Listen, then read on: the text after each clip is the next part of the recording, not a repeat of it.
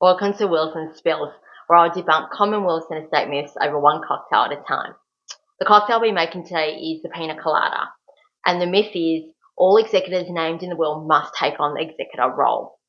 Clients usually assume that because they're named as executors in the will, they are required to take on that role. This is a common misconception. Your appointment as an executor is not compulsory.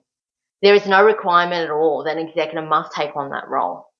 So when someone passes away, the executor or executors named in the will are usually required to apply for a grant of probate. So this is so they can deal with the deceased assets. Now, prior to making an application for probate, if you are named as an executor, that's when you need to decide what you want to do. You effectively have two options. So you can be leave reserved, or you can renounce your role as an executor. Now, if you are leave reserved, what that effectively means is that you step aside from the probate application and you let the other executors apply for probate. But you still retain your rights as an executor. So if you choose to, you can come at a later date and apply for probate.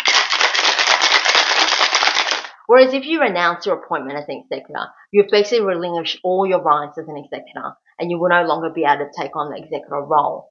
Now, if you do want to renounce your rights as an executor, you want to do this as soon as possible before they consider you as intermeddling into the estate. So as you can see, as an executor, you are not required to take on that role. And if you choose not to, you can relinquish your rights or be leave reserved. Cheers.